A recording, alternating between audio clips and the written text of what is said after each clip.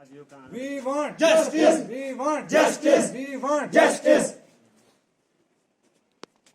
आज होने का जो मकसद है वो ये है कि कम से कम 7 तारीख को जो स्कूल खुले हैं, लेकिन बदकिस्मती से आपको पूरे स्टेट में सिर्फ एक स्कूल मिलेगा जहां का अभी भी गवर्नमेंट को कोई पता नहीं कि यहाँ कोई ड्यूटी करने आता है या नहीं।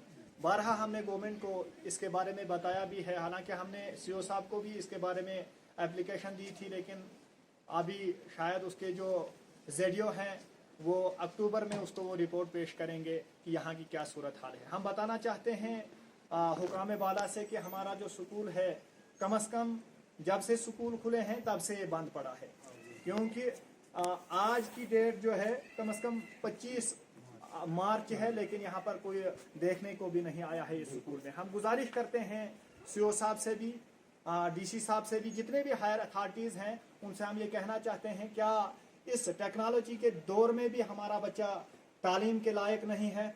आप हमें थर्ड क्लास सिटीजन्स क्यों तस्वुर करते हैं? इसलिए हम गुजारिश करना चाहते हैं कि हमें जल्द से जल्द यहाँ पर देखा जाए कि जो भी यहाँ पर एक्यूज्ड पाए जाएंगे जो ड्यूटी नहीं करते हैं उन हजरात से पूछें और उनको यहाँ पर आने के लिए बताएं, और ज़रूरी जो एक्शन होगा कानूनी तरीके से वो उनके खिलाफ किया जाए।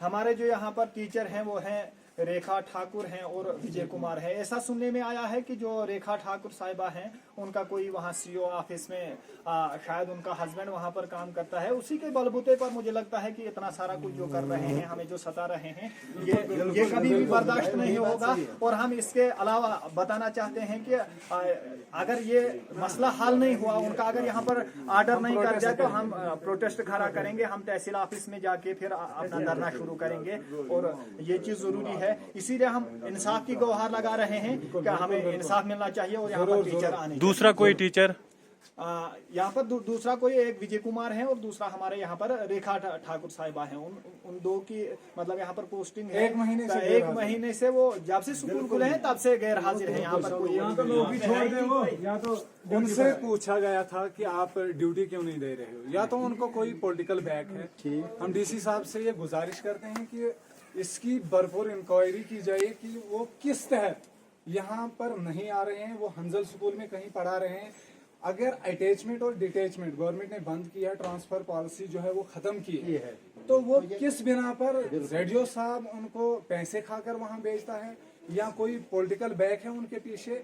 हम डीसी साहब से गुजारिश कर रहे हैं कि वो इसका अजाला करें, इसकी भरपूर इंक्वायरी की जाए कि किस तहत वो हंजल में जाकर पढ़ा रहे हैं। और एक स्कूल को टोटली जम किया गया। हमारे बच्चे क्या वो एजुकेशन के हकदार नहीं है? क्या इंडियन कॉन्स्टिट्यूशन हमें ये हक नहीं देता कि हम एजुकेशन हासिल कर सके? यहाँ गरीब आवाम है, बच्चों को बाहर नहीं पढ़ा सकते। अगर सहूलियत दी है गवर्नमेंट ने, हर 1 किलोमीटर के अंदर एक स्कूल खोला गया है ताकि छोटे छोटे बच्चे जो हैं वो किसी खतरे के बिना अपने ही गांव में एजुकेशन हासिल कर सके। लेकिन हमें इस जदीद दौर में भी एजुकेशन से महरूम रखा गया। 1 महीने से स्कूल किसी ने नहीं खोला, कोई जेडीओ या तहसीलदार यहाँ इंस्पेक्शन के लिए नहीं आ रहे हैं। हम अब डीसी साहब से गुजारिश कर रहे हैं कि इसकी भरपूर इंक्वायरी की जाए, दोनों टीचरों को सस्पेंड किया जाए।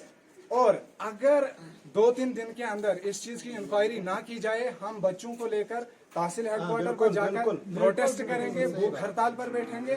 या तो हमारे इस स्कूल को फंक्शन किया जाए या फिर इसको बंद ही कर दो, जला दो, हमें जरूरत ही नहीं।